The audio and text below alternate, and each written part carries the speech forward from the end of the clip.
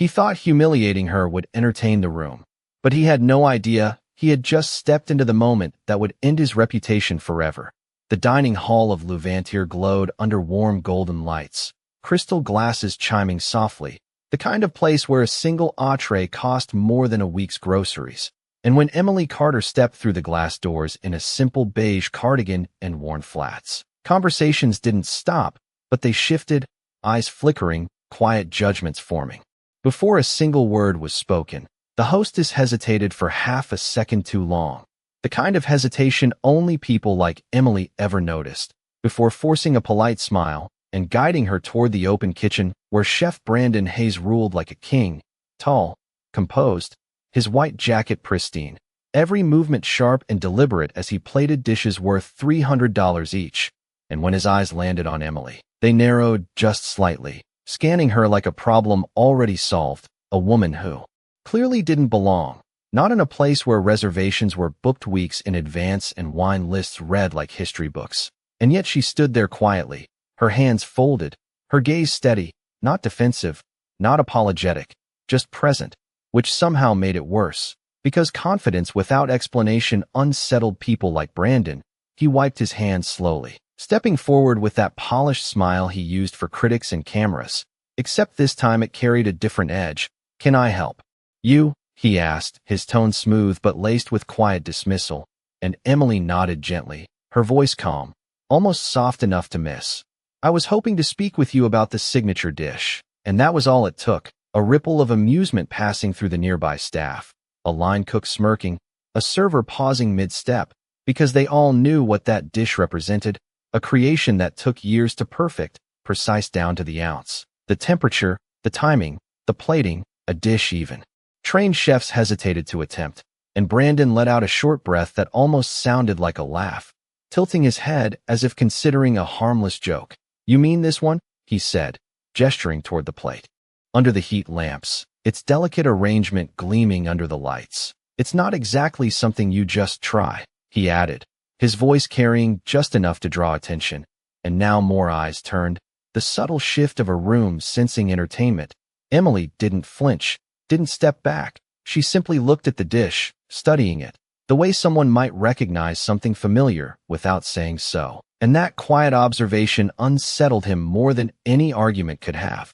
So he made a decision, quick, effortless, the kind that felt harmless in the moment but would echo much louder later. "Tell you what," Brandon said, clapping his hands once, drawing full attention now. "If you think you understand it, why don't you make it?" A few soft laughs followed, the kind people tried to hide behind napkins, but the invitation hung there, sharp and public, a challenge disguised as generosity, and for a second, just a second, the room held its breath, waiting for her to decline, to apologize, to step back into the role everyone had already written for her. But Emily Carter didn't move, her eyes lifted to meet his, steady, unshaken, and in that silence, something shifted, subtle, almost invisible, like the moment before a storm changes direction, and somewhere deep in the room, without anyone realizing it yet, the balance had already begun to turn. They expected her to laugh it off, to shake her head and step away quietly, because that is what people like her were supposed to do in rooms like this. But Emily Carter simply nodded once, slow and deliberate, and said, "All right." And just like that, the air in the kitchen changed, subtle at first, like a draft slipping under a closed door. Chef Brandon Hayes let out a small amused breath, already turning away as if the outcome had been decided, gesturing toward an open station with a careless flick of his hand. "You will have everything you need there," he said, loud enough for the surrounding staff to hear, his tone carrying that polished confidence that came from years of never being challenged. "Try not to hurt yourself," someone muttered under their breath, drawing a few restrained chuckles, but Emily did not react. She stepped forward instead, her pace unhurried, her posture relaxed, and as she reached the stainless steel counter, her fingers brushed lightly against the surface, almost as if reacquainting herself with something familiar, something long untouched. The overhead lights reflected off polished knives, copper pans hung in perfect alignment, and every ingredient was arranged with precision, measured in ounces and grams. The kind of kitchen where nothing was accidental, nothing was casual. And for a brief moment, Emily stood still, her gaze moving across the station, taking everything in, not with uncertainty, but with quiet recognition, which would have seemed strange to anyone paying close enough attention. But no one was, because they had already made up their minds. Brandon folded his arms, leaning slightly against the counter across from her, watching with the detached curiosity of someone expecting entertainment. "The dish requires exact timing," he said, almost conversationally, though there was an edge beneath it.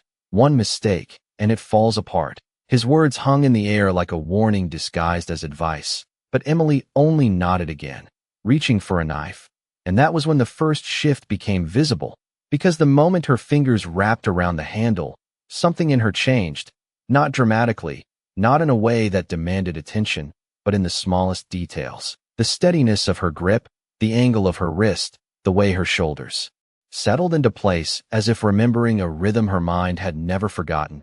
She picked up a shallot, placing it on the board, and with a single smooth motion, the blade came down, clean, precise, the slices even down to the fraction of an inch, not rushed, not hesitant, just exact, and the faint sound of steel against wood carried farther than it should have, causing one of the line cooks to glance over, his expression shifting just slightly before he looked away again, brushing it off, because coincidence was easier to believe than skill. Emily moved to the next ingredient, her motions fluid now, measured, each step flowing into the next without pause, oil hitting the pan at the perfect temperature, a quiet sizzle rising as if the kitchen itself was responding to her presence. And somewhere behind her, a server who had been watching let out a soft breath she did not realize she had been holding. Brandon's expression remained composed, but his eyes lingered a fraction longer than before, tracking her movements, searching for hesitation, for uncertainty, for any sign that this was the mistake he expected it to be, but there was none. Emily did not look at him, did not look at the crowd. She seemed to exist entirely within the space in front of her, the ingredients, the heat, the timing. And for the first time since the challenge began, the quiet in the room was no longer filled with amusement.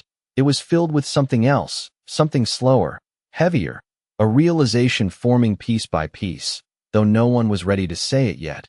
And Brandon straightened slightly, the faintest crease forming between his brows as he spoke again. His voice lower now, more focused. "Where did you learn to hold a knife like that?" And for the first time, Emily paused, just for a heartbeat, before continuing, her voice calm, almost distant.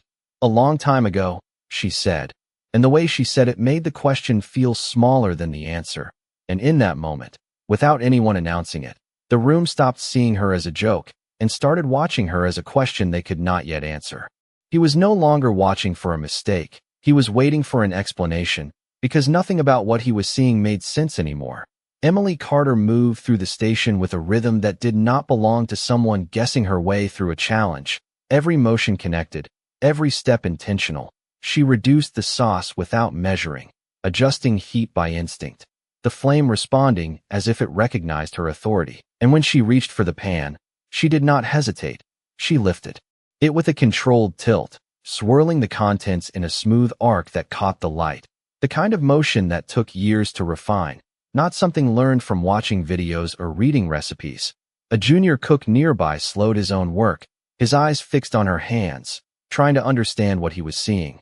Because technique like that could not be faked, not at this level, not under pressure. Brandon stepped closer now, no longer leaning back, his arms unfolding as his posture shifted from casual amusement to sharp attention.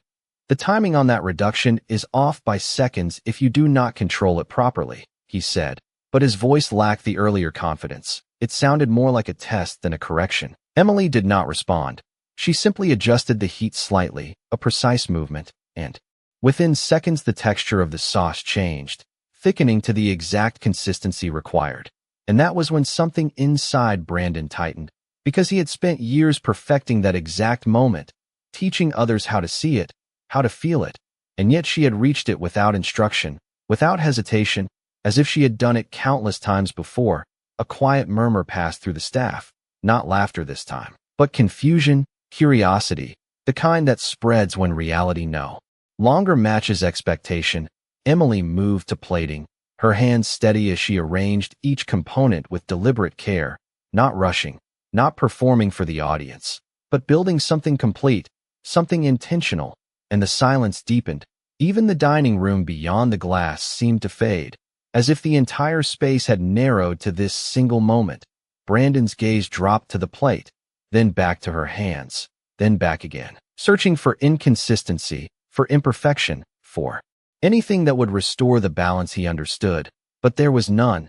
Instead, there was something else, something familiar, something he could not place at first, a pattern in the arrangement, a signature in the spacing.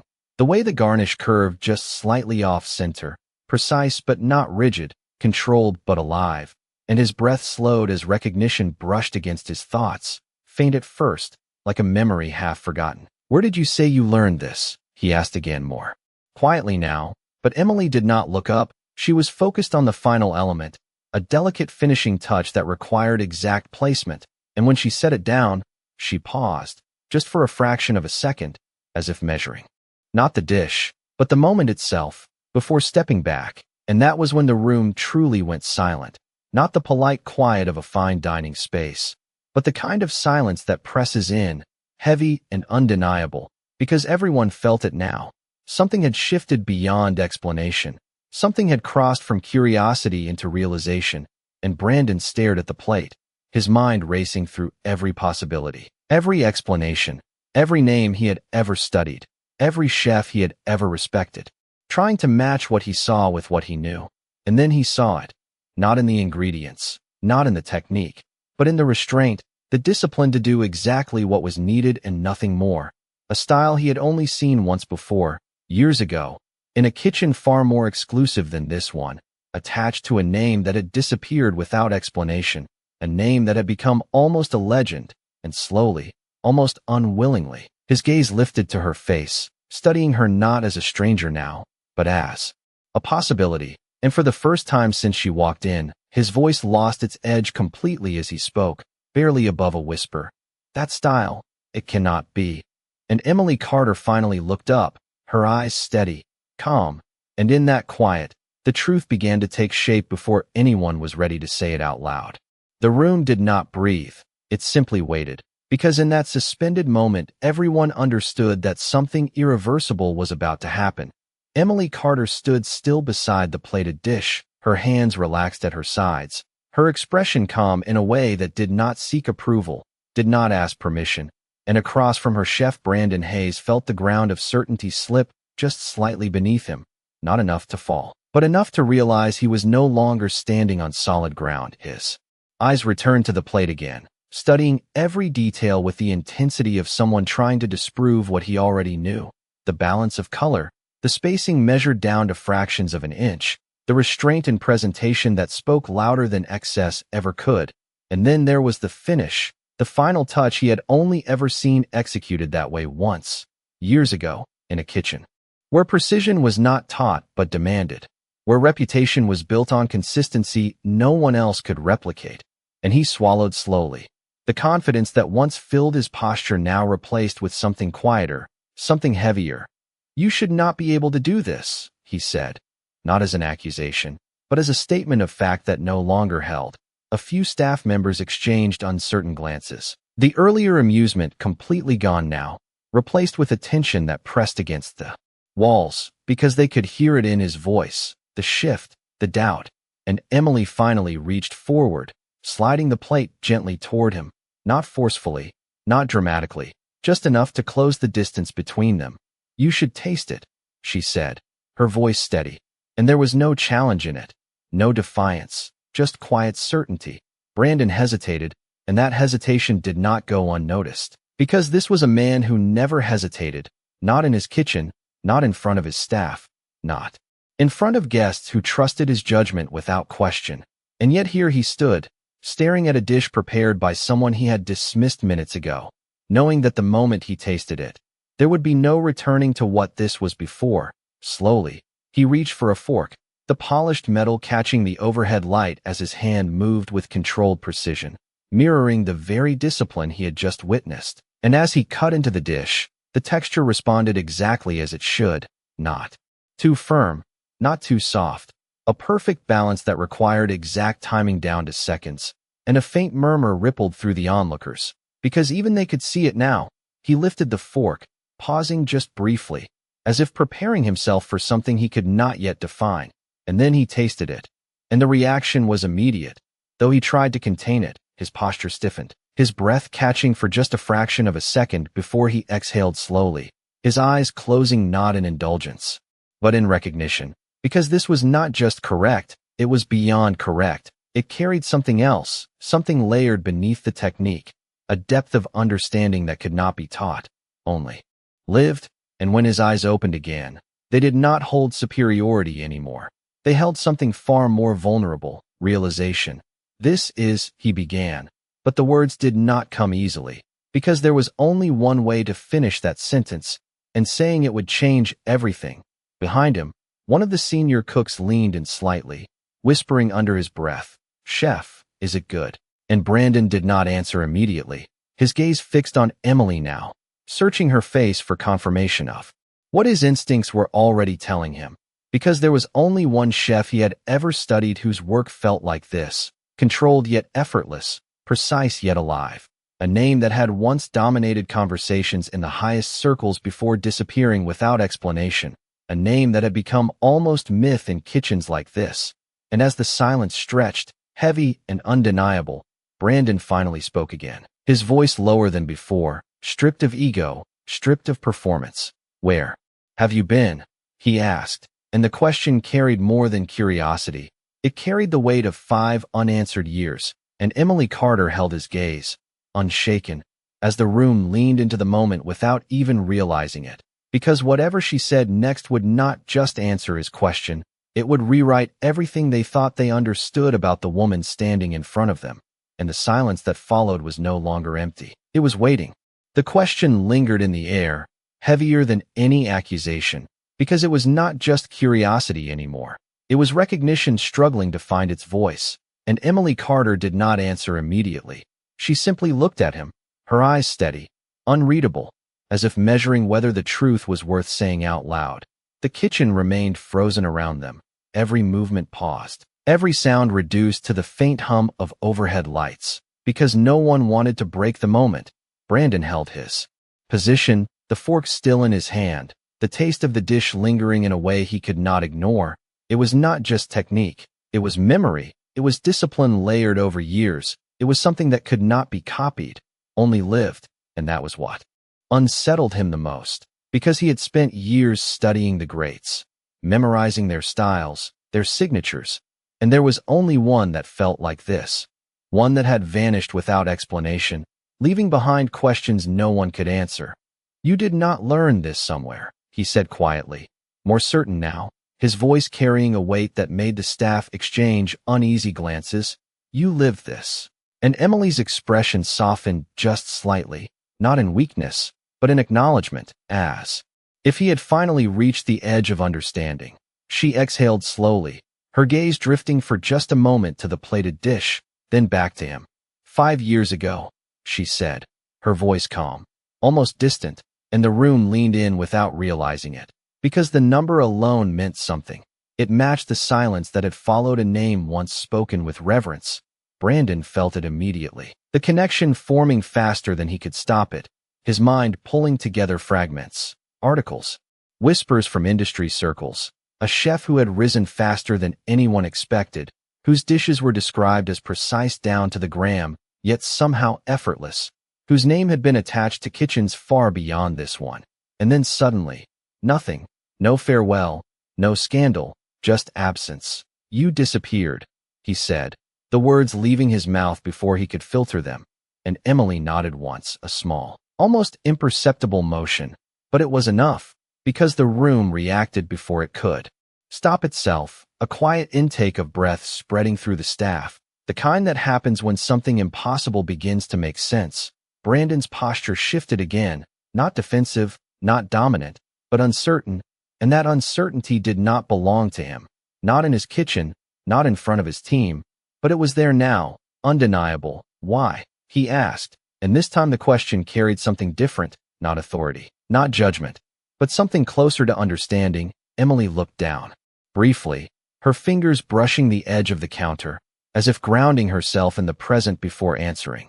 Because it stopped meaning what it was supposed to mean, she said, her voice steady. But there was something beneath it, something quieter, something that did not need to be explained to be felt, and Brandon frowned slightly, trying to reconcile that answer with everything he believed about the craft, about the pursuit of perfection, about the drive that had built his entire career. You walked away from this, he said, gesturing lightly toward the dish, toward the kitchen, toward everything around them. From this level. And Emily met his gaze again, her expression calm, unwavering. I walked away from what it became, she replied, and the distinction settled over the room like a quiet truth no one had considered before, because for them, this place, this level, this recognition, it was the goal, the measure of success, but standing in front of them was someone who had reached it and still chosen to leave, and that realization shifted something deeper than skill or reputation. It shifted perspective. Brandon lowered his hand slowly, placing the fork down with a care that mirrored the precision he had just witnessed, and for the first time since the challenge began, he was not thinking about proving himself right. He was thinking about what he had almost failed to see, what he had almost dismissed entirely, and the weight of that realization settled into his voice as he spoke again. Quieter now, stripped of performance. And now you are back, he said, not as a statement, but as a question he was not sure how to ask, and Emily Carter did not answer. Right away, she simply looked at the kitchen, at the staff, at the dish that had already changed the room, and in that silence, it became clear that her presence there was not accidental, it was intentional, and whatever brought her back was not finished yet, and the room, once filled with quiet judgment, now held something entirely different, anticipation. The silence did not break, it deepened, because now everyone understood that this was no longer about a dish. It was about something far larger unfolding right in front of them. And Emily Carter finally shifted her gaze from the kitchen to Chef Brandon Hayes, her eyes calm, but carrying a quiet weight that made it impossible to look away. I did not come back for this, she said softly, and the words landed with unexpected force, because everything around them was what chefs spent their entire careers chasing, the prestige, the precision, the reputation, and yet she spoke of it as something secondary, something almost distant. Brandon's brow tightened slightly, not in disagreement, but in confusion, because for the first time, he was no longer certain he understood the rules of the moment. Then why are you here? He asked, and his voice no longer carried authority, only a need to understand. Emily's fingers rested lightly on the edge of the counter, grounding, steady. Because someone told me this place had forgotten something, she replied, and a faint ripple moved through the staff, subtle but undeniable. Because even without explanation, the statement felt personal. It reached into the space they worked in every day, into habits they had stopped questioning. Brandon's posture shifted again, his shoulders no longer squared. In control, but slightly drawn inward as if absorbing the implication. Forgotten what? He asked, quieter now, and Emily did not answer immediately. Instead, she looked around the kitchen, at the perfectly arranged stations, the polished tools, the staff standing in silent anticipation, and then she looked back at him. Why you started, she said, and the words did not accuse, they revealed, and for a moment, Brandon did not respond, because something in that sentence reached past his training, past his titles, past the years of building a name, and touched something older, something simpler, something he had not thought about in a long time. A memory of a much smaller kitchen, of long nights learning not for recognition, but for the craft itself, and the realization hit quietly, not as a shock, but as a slow shift in perspective, the kind that could not be undone once seen. Behind him, one of the cooks lowered his gaze. Another adjusted his stance, small movements that revealed a shared discomfort, because the truth in her words did not belong to Brandon alone. It belonged to all of them. Emily stepped back slightly from the counter, creating space between herself and the dish, as if the demonstration was already complete. You are precise, she continued, her tone measured, respectful. Your kitchen runs exactly as it should. And for a brief moment, Brandon's expression steadied, because those were facts. Those were the foundations he had built everything on. But then she added, but precision without purpose becomes routine. And that was where the silence returned, heavier than before. Because now it carried understanding, not confusion. Brandon exhaled slowly, his gaze dropping to the plate again, seeing it differently now, not just as a standard met, but as a contrast, something that revealed what had been missing. And for the first time since she walked in, he was not thinking about control, he was thinking about meaning. "You came here to remind us," he said. And it was not a challenge. It was a realization forming in real time.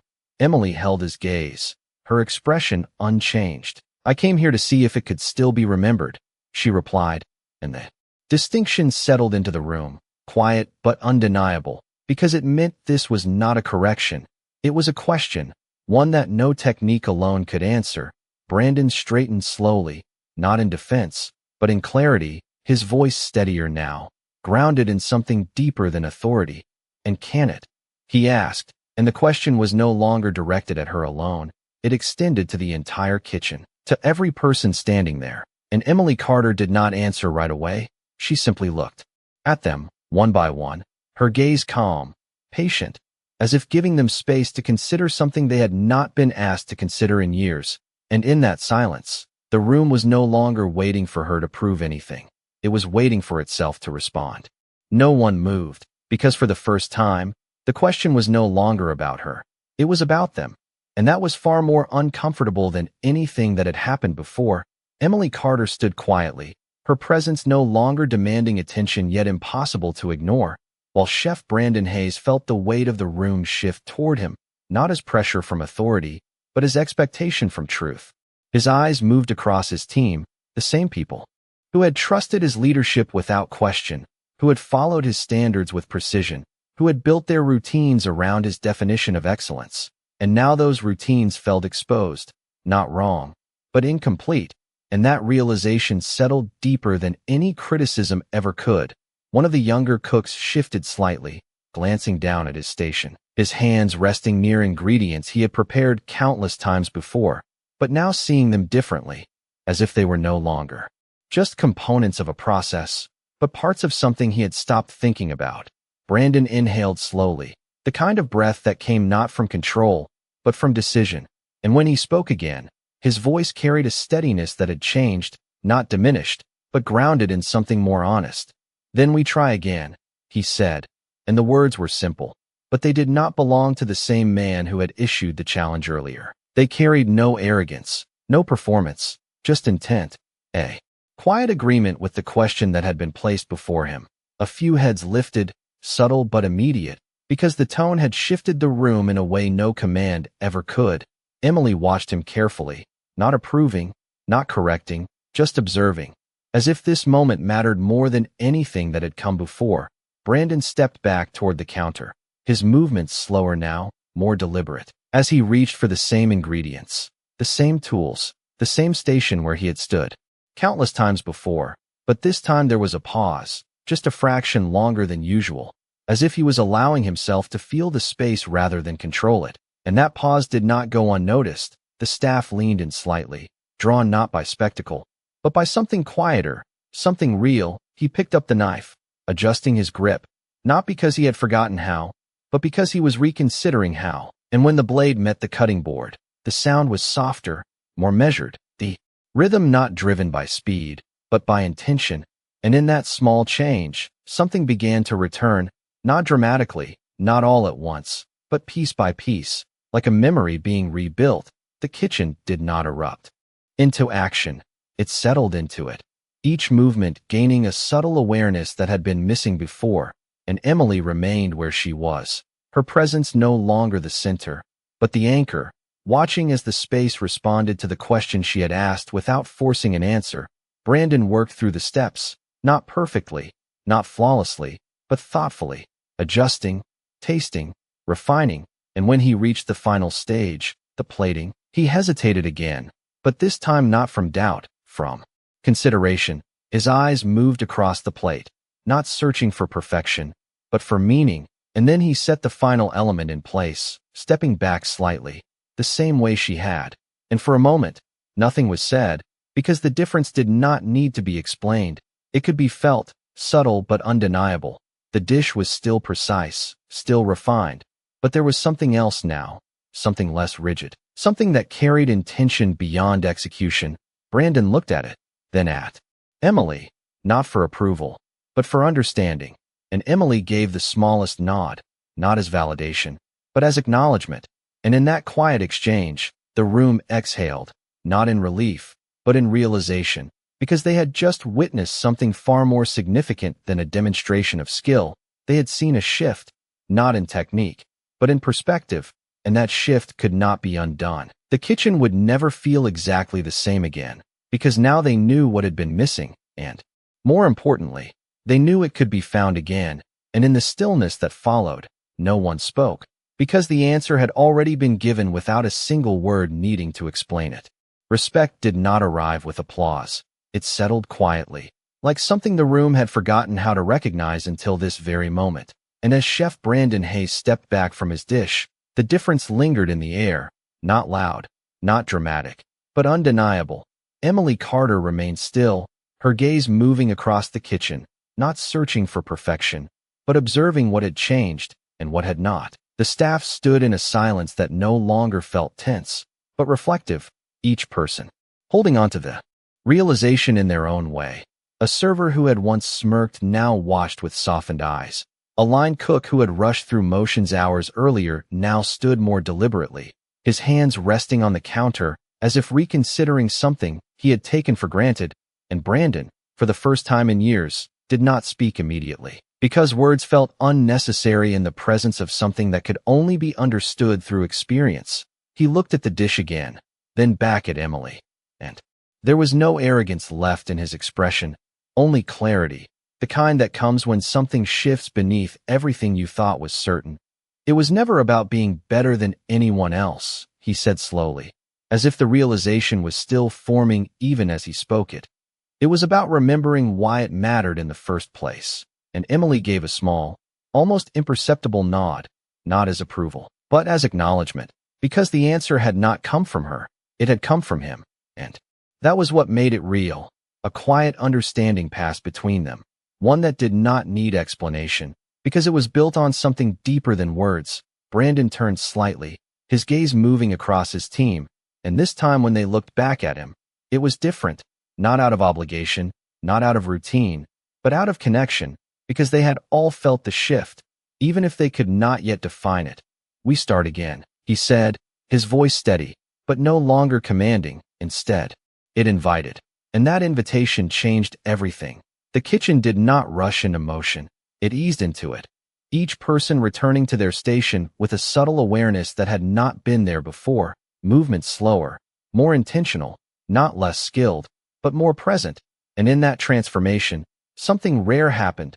Something that could not be taught in training manuals or enforced through discipline. Something that had to be remembered. Emily watched quietly, her role already complete, her presence no longer central, but still grounding. And after a moment, she stepped back from the counter, not dramatically, not seeking attention, just a quiet movement toward the edge of the kitchen. As if she understood that staying longer would shift the focus away from what truly mattered. Brandon noticed, of course he did. But he did not stop her, because he understood now that this moment was not about holding on to her.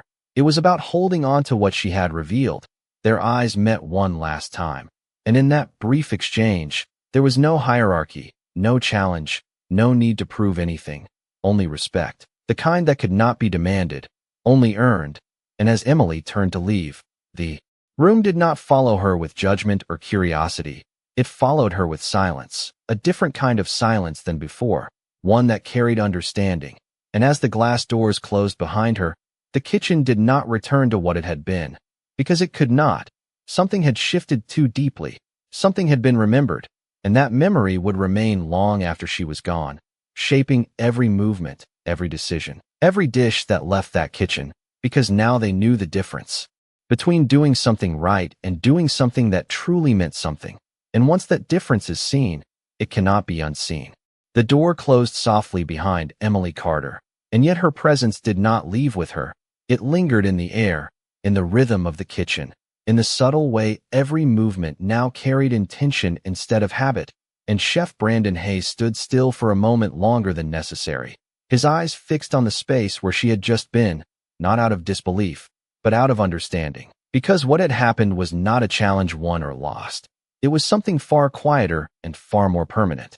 He turned back to his station slowly, his gaze falling once more on the dish he had prepared, and this time he did not see it as a benchmark or a performance.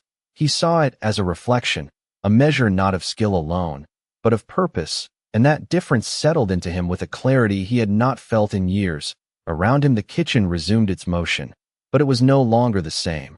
The sounds were softer, more deliberate. The sharp clatter of rushed precision replaced by a steadier rhythm, as if each person had unconsciously adjusted to something they could not fully explain. A young cook carefully tasted a sauce before adjusting it, not because he was told to, but because he wanted to understand it. A server paused before presenting a plate, taking a moment to truly look at what she was carrying, and these were small changes, almost invisible to an outsider.